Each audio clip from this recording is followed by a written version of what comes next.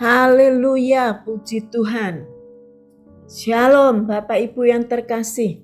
Kembali kita berjumpa dalam doa pagi GPD Budi Mulya. Sungguh sangat luar biasa kalau kami boleh ada pagi hari ini bersama-sama. Mari saudara, sebelum kita merenungkan firman Tuhan, mari kita siapkan hati kita mau bersyukur kepada Tuhan dalam doa. Hati kami limpah dengan syukur ya Bapa. Engkau baik dan sungguh sangat baik bagi kami. Kami bersyukur pagi hari ini karena kemurahan dan kasih Tuhan masih terjadi dalam hidup kami. Kami boleh menikmati Tuhan udara pagi hari ini. Kami percaya ini semua karena kasih karunia Allah dalam hidup kami sepanjang malam tidur kami dalam penyertaan-Mu ya Bapa. Tiba waktunya pagi ini Tuhan, sebelum kami melangkahkan kaki di hari yang baru, kami datang kepadamu, kami minta berkat-Mu tercurah atas kami.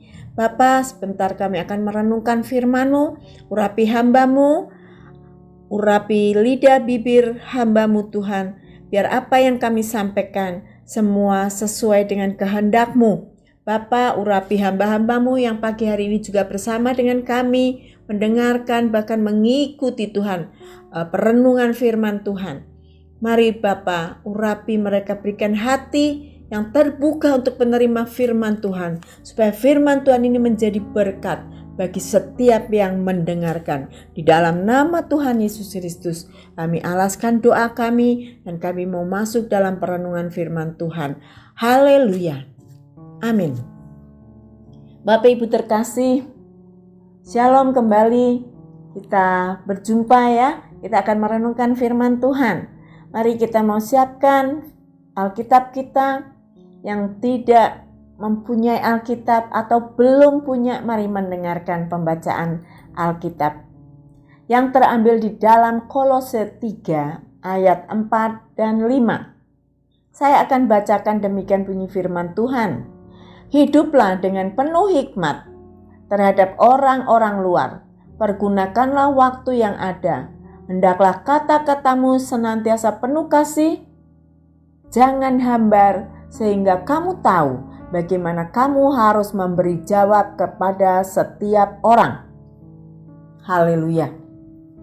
2 ayat sudah kita baca ya, Kolose pasal 3 ayat 4 dan 5. Bapak Ibu terkasih, latar belakang dari kitab Kolose ini adalah kitab yang ditulis oleh Rasul Paulus kepada jemaat Kolose, yang dimana di Kolose itu ada teman daripada Rasul Paulus yang namanya Epafras yang melayani jemaat, melayani orang-orang yang ada di Kolose. Dan ada banyak jiwa-jiwa yang sudah dimenangkan menerima Injil Kristus. Pesan ini ditulis Paulus kepada jemaat Kolose karena pada waktu itu di Kolose banyak sekali pengajaran-pengajaran yang sesat. Paulus tidak mau jiwa-jiwa yang sudah menerima Injil Kristus itu hidup mereka tidak menjadi berkat bagi mereka yang belum mengenal, mereka yang masih hidup dalam ajaran-ajaran sesat, ajaran-ajaran palsu ya saudara. Maka Paulus ingin menasihatkan bahwa hiduplah dengan penuh hikmat terhadap orang-orang luar. Nah saudara, itu Paulus tuliskan karena Paulus juga pernah berpesan bahwa dalam 2 Korintus 3 ayat 18 bahwa kamu adalah surat Kristus yang terbuka. Yang artinya saudara dan saya atau kamu yang bagi masyarakat Kolose waktu itu, jemaat di Kolose, atau saudara dan saya saat ini adalah orang-orang yang merupakan surat Kristus yang terbuka, yang bisa dilihat kapan saja, yang bisa dibaca oleh siapa saja, yang bisa dinilai oleh semua mata. Fakta yang ada, kita hidup di tengah masyarakat yang majemuk. Bukan saja dengan pengajaran-pengajaran yang seperti terjadi di Kolose, tapi kita ada di tengah-tengah masyarakat yang majemuk dari suku, bahasa, agama, tingkat sosial, dan sebagainya. Itu sebabnya pesan ini pun ditujukan kepada saudara dan saya. Itu sebabnya kita harus pintar-pintar membawa diri kita, baik dalam bertutur kata atau berperilaku, karena sekali lagi kita adalah surat Kristus yang terbuka. Maka Paulus nasihatkan supaya kita penuh hikmat. Karena dengan hikmat inilah orang akan tahu dengan siapa saya sedang berbicara, harus seperti apa kalimat yang harus aku sampaikan, dengan orang dalam keadaan seperti apa kita sedang bercakap-cakap, supaya kita ini tetap disebut orang yang bijak. Hikmat inilah yang Paulus katakan kita harus penuh dengan hikmat. Karena hikmat inilah yang akan menuntun kita dalam berkata-kata, dalam menyampaikan pesan, dalam kita berperilaku. Ingat di dalam 1 Raja-Raja pasal 3 ayat 9, maka demikian bunyinya, maka berikanlah kepada hambamu ini hati yang faham menimbang perkara, untuk menghakimi umatmu dengan dapat membedakan antara yang baik dan yang jahat. Sebab siapakah yang sanggup menghakimi umatmu yang sangat besar ini? Ini adalah permohonan Salomo kepada Allah. Dia minta hikmat karena dia menjadi raja, dia akan memimpin rakyatnya yang banyak, yang bervariasi, yang punya karakter berbeda-beda. Maka Salomo minta hikmat, bukan minta kekayaan. Dan Tuhan berikan itu kepada Salomo. Kalau saudara baca ke selanjutnya dari 1 Raja-Raja 3, maka dia dapatkan hikmat. Mungkin Bapak Ibu ingat dengan histori atau sering menjadi cerita yang itu terjadi dalam pemerintahan Salomo. Ada 2 orang ibu yang berebut seorang bayi. Nah, dengan tuntunan hikmat itu Salomo bisa. Bagaimana caranya? Sehingga ibu yang asli mengalah, tidak minta bayinya, daripada bayinya dibelah sama Salomo. Sesungguhnya Salomo tidak ingin membelah bayi itu. Saudara, disinilah tuntunan hikmat itu menuntun. Kita akan memutuskan apa, kita akan bicara apa, kita akan berperilaku apa.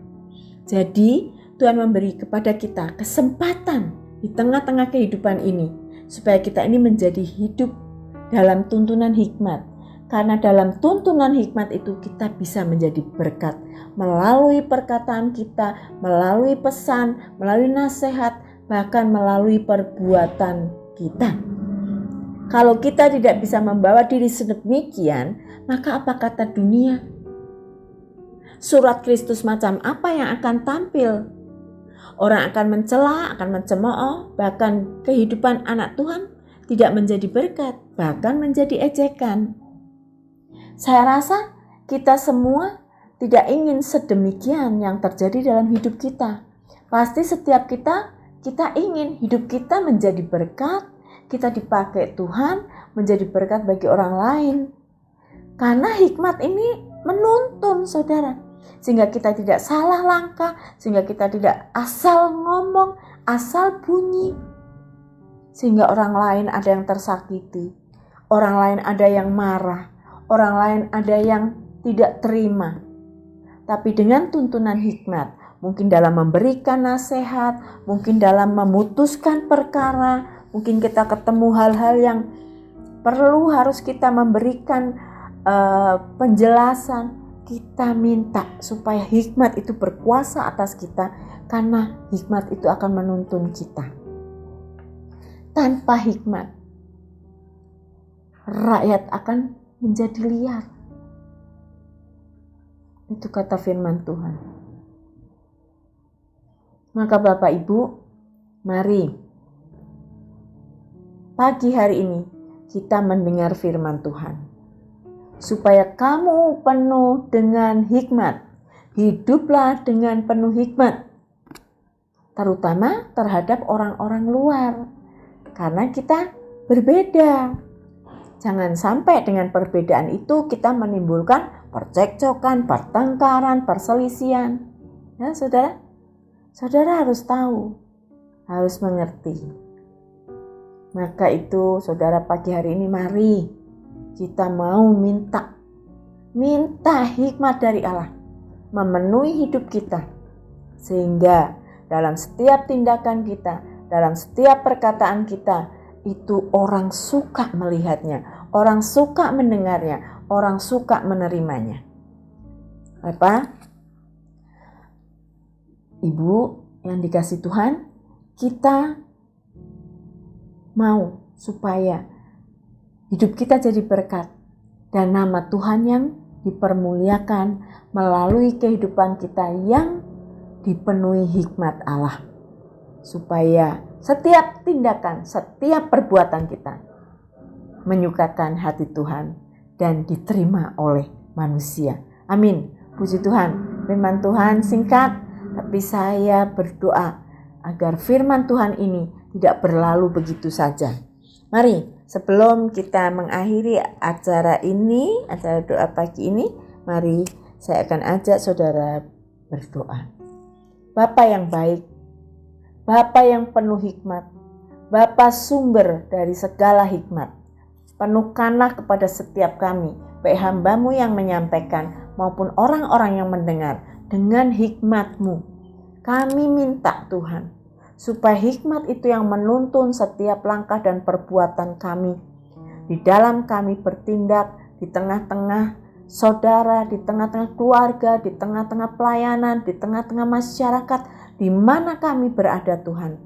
Hikmat-Mu menyertai kami, dan tuntunan-Mu dalam tiap-tiap langkah kami, tiap-tiap perbuatan tangan kami, dan tiap-tiap perkataan kami menjadi berkat bagi setiap orang yang bertemu dengan kami.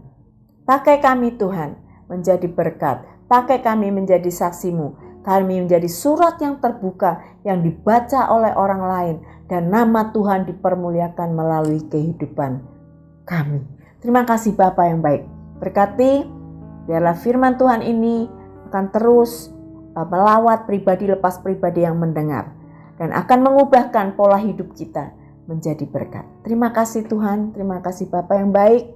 Kami bersyukur kami akan melangkah di hari yang baru bersama-sama dengan Engkau. Di dalam nama Tuhan Yesus Kristus, kami beralaskan doa ini. Haleluya. Amin.